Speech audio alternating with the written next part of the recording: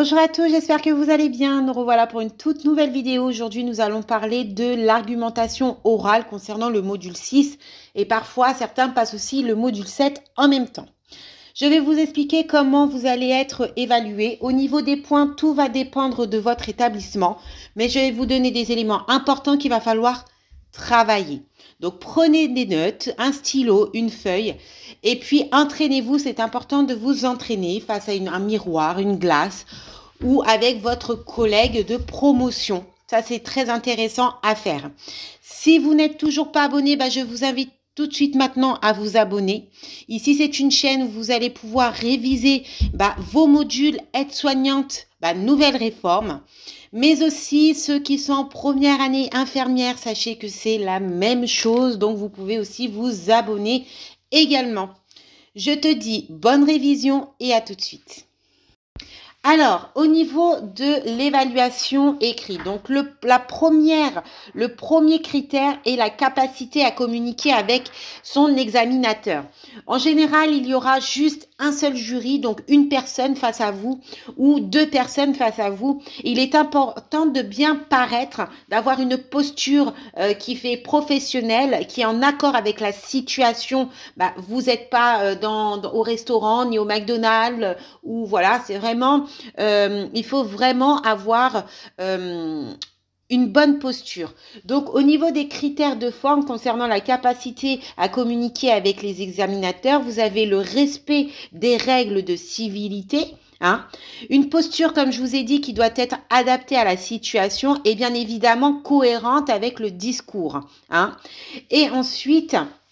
un discours construit qui va être aussi compréhensible. Il va falloir aussi, bien évidemment, utiliser un vocabulaire professionnel, vous, dans l'occurrence, médical, mais pas que. Il ne faut pas que ça soit un vocabulaire trop familier. Il faut vraiment sentir que vous êtes professionnel et que vous vous êtes enrichi. Et la gestion du temps, ça c'est très important. En général, on vous donne 15 à 20 minutes pour votre évaluation orale, dans laquelle il va falloir vous présenter vaguement. Il va falloir aussi présenter la situation choisie, dire pourquoi cette situation a été importante à vos yeux et qu'est-ce que cela va vous permettre peut-être d'évoluer ou de prendre du recul et voir les choses différemment. Donc voilà, c'est vraiment très important de bien structurer. Moi, ce que je vous conseille, c'est de prendre une feuille, de noter tout simplement un petit speech, la présentation, vous vous présentez. Ensuite, vous sautez de paragraphe et vous mettez le discours, enfin la petite synthèse de votre situation. Et ensuite, la conclusion, voilà. Ça, c'est pour vous entraîner chaque matin ou le soir avant de vous coucher face à un miroir, ça je vous conseille. Ou aussi échanger avec pourquoi pas, vos collègues de votre promo. Voilà. Ça, c'était le premier critère de forme. Au niveau du critère de fond, il va avoir la capacité à maîtriser un contenu, c'est-à-dire avoir des idées précises, essentielles de votre travail écrit et utiliser un discours cohérent avec son écrit. Voilà, parlez vraiment de votre situation écrite et n'allez pas dans le hors-sujet. Vous allez parler d'une autre situation, quelque chose qui a absolument rien à voir. Vous allez perdre des points bêtement. Ensuite, il va avoir la capacité à argumenter. Votre jury va certainement vous poser des questions. Et donc, il va falloir aussi y répondre. Donc, entendre les questions du jury qui est très importante, comme vous avez travaillé l'écoute active, profitez aussi de ce moment-là pour reformuler, lui montrer que voilà, moi j'ai bien compris mon cours, je fais la reformulation, j'ai l'écoute active à votre question, monsieur le jury. Et intégrer dans son argumentation, donc s'appuyer sur ses valeurs professionnelles. Et ensuite, vous avez tout ce qui est la capacité à se positionner. Donc, comme en général on vous demande dans vos rédactions souvent de intégrer le présent, donc le jeu. Donc prendre du recul, ça c'est très important par rapport au travail écrit, prendre du recul par rapport à la situation vécue et ensuite se situer dans un champ de compétences et faire tout simplement le lien avec l'exercice futur. Alors ça, c'est-à-dire, voilà, j'ai vécu cette situation, j'ai vécu cette situation avec le recul, je songe peut-être à améliorer, m'améliorer ou me spécialiser dans quelque chose où j'ai pris conscience et je prendrai note et j'appliquerai du coup mon savoir, un bon savoir pour transmettre, pourquoi pas, à les stagiaires, ceux qui sont à l'école d'aide-soignante. Voilà, en fait, c'est ça, se projeter dans le futur. Face à cette situation, qu'est-ce que vous allez pouvoir développer après? Qu'est-ce que cela va vous permettre de faire, etc. J'avais un tout petit truc à vous dire parce que je voulais pas faire une vidéo de 3 minutes juste ou même pas de 1 minute pour ça.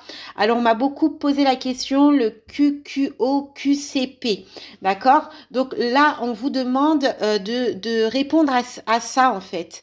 Hein? Donc dans votre description choisie, il faut utiliser ça. Donc utiliser pourquoi? Bah, le quoi, de quel soin ou de quelle activité va s'agir, quel objectif était présent, le où, le lieu. On vous demande le lieu de la situation face à cette situation, de l'activité, ça peut être dans les couloirs, le lit, brancard, chambre, peu importe. Le quand, au moment de la journée, mettez une heure, une date, si c'est en semaine, si c'est en week-end, et à quel moment de l'hospitalisation pour la personne soignée. Là, je parle pas de l'oral, hein, je parle vraiment de QQOQCP, c'est ce qu'on m'a demandé. Et donc, on vous demande de répondre à ça, d'avoir ces éléments-là dans votre rédaction. Donc, quoi, où, quand, et puis comment. Donc, comment s'est déroulé le soin, l'activité, comment donc vous avez procédé et le pourquoi. Donc, pourquoi faire ce soin à cette personne et quelle en est l'intention, quel est l'objectif. Voilà, j'espère que cette vidéo t'a beaucoup plu, t'a beaucoup servi. Donc ça, c'était les éléments de l'oral. L'écrit, là, ça va être autre chose. Hein. On demande plusieurs critères. Bah, pourquoi pas, je vais peut-être vous le dire. Donc, la critère d'évaluation, c'est la capacité à présenter un document écrit, c'est-à-dire le respect des consignes, hein, présentation. On vous demande d'avoir une police, voilà, de bien faire des écarts peut-être, le nombre de pages qu'il faut aussi respecter, les titres en gras, les guillemets, en italique, tout ça c'est tout ce qu'il faut respecter. Mais ensuite vous allez être noté aussi en écrit concernant l'orthographe qui doit être correcte et un vocabulaire qui est précis, professionnel. Donc une synthèse qui doit être respectée et une expression claire parce que il faut vraiment que votre lecteur il puisse vous comprendre.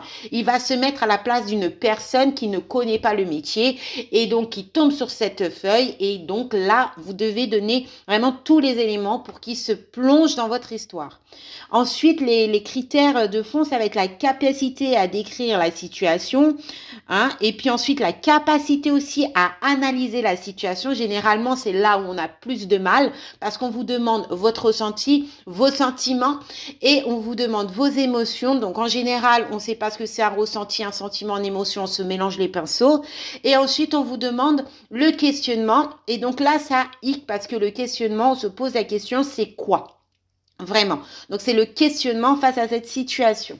Ensuite, la capacité à enrichir sa pratique professionnelle. Donc, face à cette situation, hein, c'était ça en fait. En quoi cette situation va vous permettre de prendre du recul et à réfléchir sur un axe d'amélioration sur certaines choses ou une spécification ou autre. Voilà, c'est tout ça. Donc, vous allez être noté en écrit pour ça. L'oral, je vous l'ai dit. Et au QCP, je vous ai expliqué. Si vous avez des questions, n'hésitez pas à les mettre en commentaire. J'essaye de faire de mon mieux, c'est très compliqué. Je reçois énormément d'emails. Déjà, je tiens à vous remercier pour votre soutien et votre présence. J'ai reçu beaucoup de messages comme quoi énormément ont eu leur diplôme, ça y est. Et ben, je vous dis félicitations mes collègues. Et pour ceux qui ne l'ont pas encore eu et qui sont proches de l'avoir, je vous dis, je vous attends de pied ferme et vous allez l'avoir. Croyez en vous, il y en a beaucoup, ils sont à la fin de leur cursus. Croyez en vous, ne baissez pas les bras, vous allez y arriver. N'ayez pas peur du rattrapage, beaucoup y passent, j'y suis aussi passé durant le passé.